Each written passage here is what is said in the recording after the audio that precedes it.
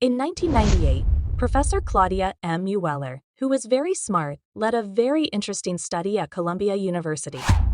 Instead of focusing on the usual classroom setting, Professor Mueller took a group of curious fifth graders on a trip that was different from the norm. She gave them a number of difficult puzzles, each of which was a tough test of how smart they were. These puzzles were not easy for kids to solve, and what was interesting was how the kids were praised. No matter how they did, each child got a lot of praise. Half of them were told they did well because they were smart and talented, while the other half were told they did well because they worked hard and never gave up. After that, the young puzzle fans were given a whole new set of problems, ranging from ones that were easy to solve to ones that were very hard to figure out. What happened next was a fascinating turn of events. People who were known for their intelligence gravitated toward the easy tasks and avoided the hard ones. They also didn't seem very interested in the experiment as a whole. On the other hand, the group that was praised for their dedication and persistence took on the hardest tasks head-on.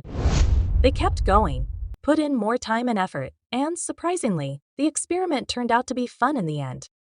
So, what should you take away from this? All of this comes down to a deep psychological idea called the locus of control. In the end, it comes down to where you think your life is being run. The smart kids tended to have an external locus, meaning they thought their success was due to things outside of their control. The hardworking kids, on the other hand, formed an internal locus, meaning they thought their success was due to what they did. Studies like this one have shown over and over again that the key to staying motivated is to give yourself a sense of power. You need to believe that you have control over your life and that your choices and actions shape your future. It's about taking charge of the wheel of your life. When I was in charge of a door-to-door sales team, my own work confirmed this idea. Most people who took on this sales job quit within a week because it was so hard. I asked those who didn't make any sales on their first day a simple question: why do you think you didn't make any sales today? This helped me figure out who was really motivated. The answers were very helpful. Those who blamed things like bad weather or the day of the week or other things outside of themselves showed they had an external center of control. They thought that either success or failure was out of their reach.